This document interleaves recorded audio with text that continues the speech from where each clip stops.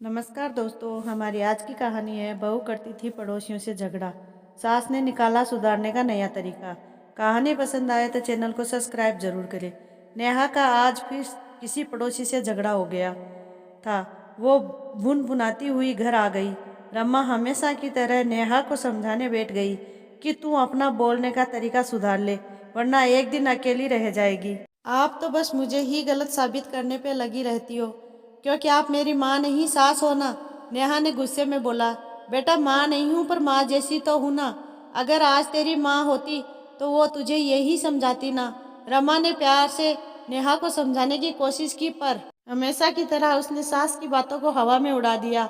नेहा पढ़ी लिखी थी, अच्छे परिवार से थी, सो रमा ने अपने बेटे रोहित की शादी नेहा से करवा दी। रोहित भी खुश था, उसे पढ़ी लिखी पत्नी मिल गई थी। नेहा घर अच्छे से संभालती और खाना वगैरह भी ठीक ठाक बना लेती थी। एक सास को इससे ज्यादा और क्या चाहिए था। रमा नेहा को बहू के रूप में पाकर खुश थी। वैसे नेहा मन की अच्छी थी, पर उसकी बोली बहुत खराब थी। जब मुंह खोलती बुरा ही बोलती थी। इस वजह से उसका सबसे झगड़ा होता रहता था। रमा और रोहित तो इस बात को समझते थे कि नेहा के मन में कुछ नहीं है, बस कड़वा बोलती है। पर अड़ोसी पड़ोसी और रिश्तेदार इस बात को नहीं समझते थे। वो आए दिन नेहा के स्वभाव को लेकर रमा को ताना देते रहते थे। तेरी बहू की जुबान तो जहर जैसी कड़वी है, धन्य है तू जो इसे बर्दाश्त कर रही है। आखिर दोनों के अलावा उसका इस दुनिया में था ही कौन। पति तो कब का साथ छोड़कर चले गए थे।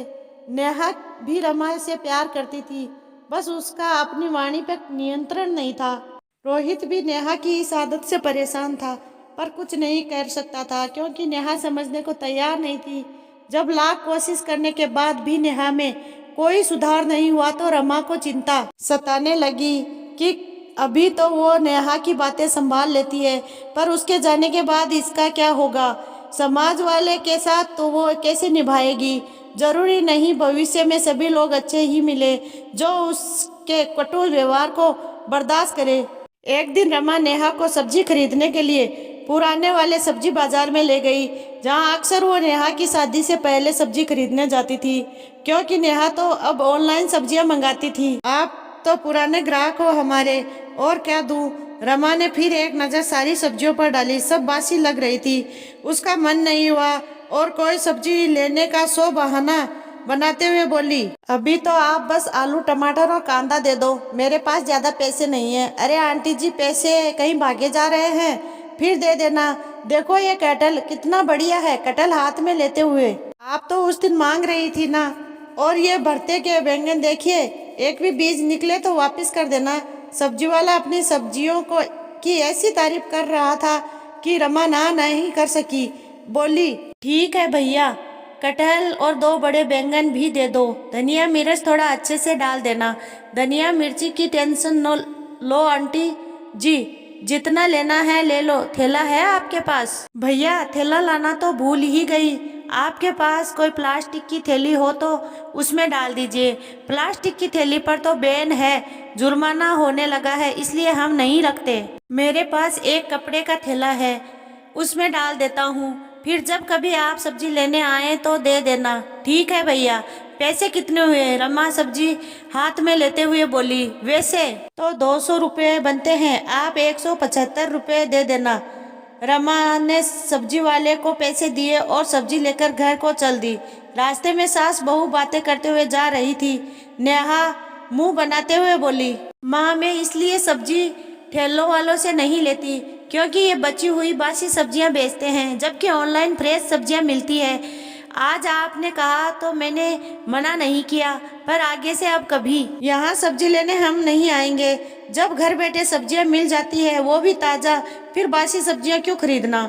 कहे तो तू एकदम सही रही है बेटा, पर एक बार तूने सब्जी वाले की नोटिस की कि कैसे उसने अपने मधुर स्वभाव से बासी सब्जियों को भी बेच दिया। अगर अच्छे से बात नहीं करता तो शायद आज हम उसकी सब्जियां खरीदते ही नहीं, शायद उसे कोई और ग्राहक भी नहीं मिलता। उसकी सब्जियां तो बेकार जाती ही, ऊपर से धन का भी नुकसान होता। सच ही कहा किसी ने की वाणी की मधुरता सामने वाले का दिल जीत लेती है। रमा जो बात सब्जी वाले के माध्यम से नेहा को समझाना चाह रही थी वो, शायद नेहा को समझ में आ गई, इसलिए कुछ नहीं बोली और मुस्कुराकर रह गई। रमा को लगा कि हमेशा की तरह आज भी नेहा ने उसकी बातों को नजरअंदाज कर दिया, पर दिन के बाद से नेहा के व्यवहार में धीरे धीरे अंतर आने लगा। उसकी कटुवाणी में मधुरता घुलने लगी। अब उसकी शिकायतें भी पहले की अपेक्षा कम हो गई। रमा को तो यह सब कुछ सामान्य लग रहा था, पर रोहित नेहा के बदले हुए व्यवहार को देखकर आश्चर्यचकित था।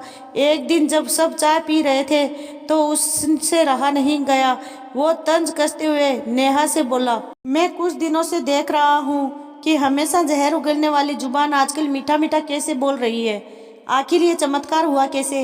रमा ने इशारा से रोहित को चुप कर रहने को कहा, पर रोहित कहाँ मानने वाला था। जो कहना था वो कह दिया। नेहा को रोहित की बात का बिल्कुल बुरा नहीं लगा। आखिर मन ही मन तो वो भी अपनी इस बुरी आदत के बारे में जानती थी, बस मानती नहीं थी। बड़े प्यार से मुस्कुराते हुए बोली, मेरे प्यारे पतिदेव, इस चमत्कार के पीछे मेरी माँ जैसी सासू माँ का हाथ है।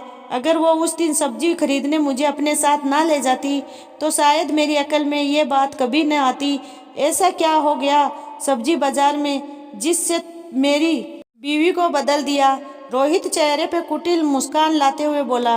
नेहा ने रोहित को सब्जी बाजार वाली घटना सुनाई और फिर रमा के गले लगते हुए बोली, माँ, मैंने सुना था कि नारी ही नारी की दुश्मन होती है। सास हमेशा बहू की गलतियाँ निकालती रहती है, पर आपने तो सास होकर भी मेरी गलतियों को एक माँ की तरह चुपचाप सहा और कभी कुछ नहीं कहा। जब वक्त आया तो बिना कोई ताना दिए सब्जी वाले के माध्यम से मुझे मेरी गलतियों का एहसास करा दिया। आपके लिए मेरे मन में प्यार और सम्मान तो पहले से ही था, क्योंकि मेरी माँ नहीं थी, पर अब तो आप मेरी प्रेरणा बन गई। अब कभी भी आपको मेरे लिए किसी से कुछ सुनना और सहना नहीं पड़ेगा। यह आपकी बेटी का आपसे वादा रहा। नेहा की बात सुनकर रमा गर्व से फूले नहीं समाई। वो यही सोचने लगी कि घर के बड़े यदि थोड़ी सी समझदारी से काम ले और बच्चों को डांट फटकार कर, यह ताना देकर नहीं बल्कि जीवन में घटने वाली नित्य प्रति घटनाओं के माध्यम से उनकी गलतियों का एहसास कराए तो शायद इसका असर जल्दी होता है और घर में व्यर्थ का क्लेश नहीं होता।